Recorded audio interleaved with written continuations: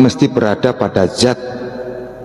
Zat dan sifat itu dua perkataan, tetapi satu.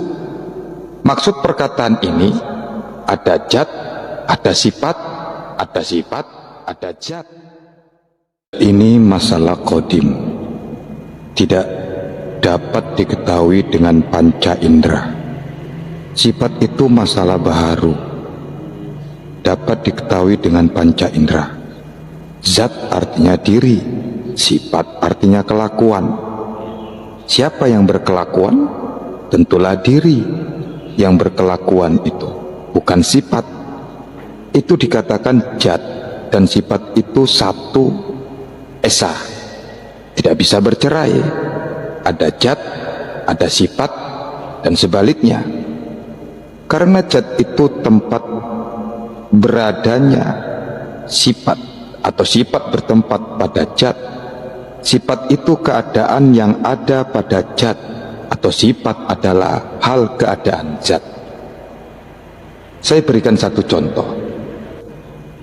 Orang yang sedang demam, mengapa bukan demamnya yang disuntik dokter, malah bokongnya yang disuntik?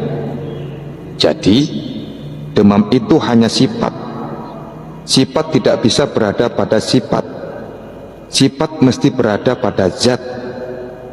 Zat dan sifat itu dua perkataan, tetapi satu.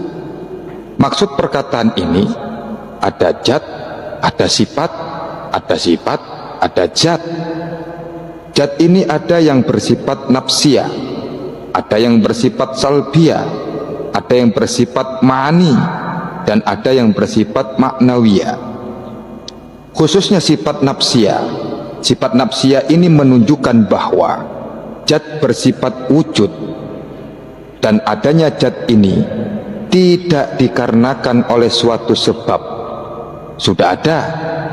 Zat ini ada selama-lamanya, tidak akan rusak binasa, meliputi sekalian alam. Yang meliputi sekalian alam inilah zat mutlak. Zat mutlak inilah energi ketuhanan. Manusia dapat mengubah energi, tapi tidak bisa membersihkannya. Contoh, Hiroshima dan Nagasaki, berapa lama tidak bisa dibersihkan radiasinya?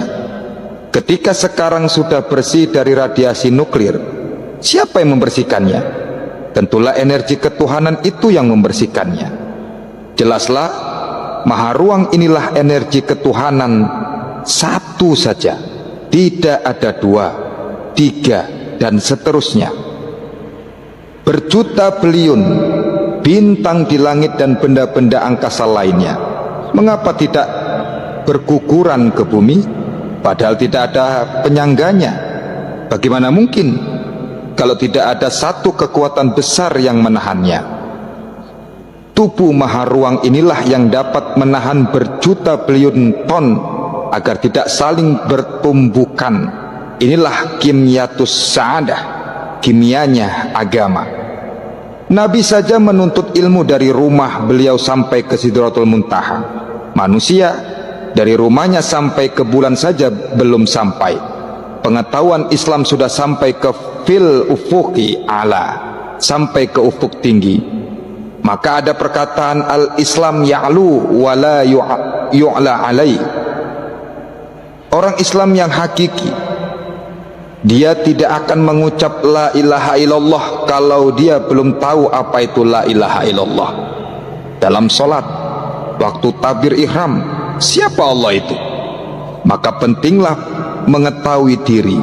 Bukan rohani saja yang maha suci, jasmani pun mesti maha suci juga. Maka jasad ini perlu dimahasucikan juga. Bukan rohani saja. Jasmani bermaksud dengan cara nafsu, rohani bermaksud dengan cara keimanan. Sedangkan nurani dan robbani bermaksud dengan cara ketuhanan. Kalau jasad tidak dapat mengesahkan, tentu rohani menuntut, sebab jasad mengandung nyawa, bukan rohani yang mengandung jasad atau tubuh. Kalau sholat, manusia itu bukan hamba, sudah Allah semata-mata.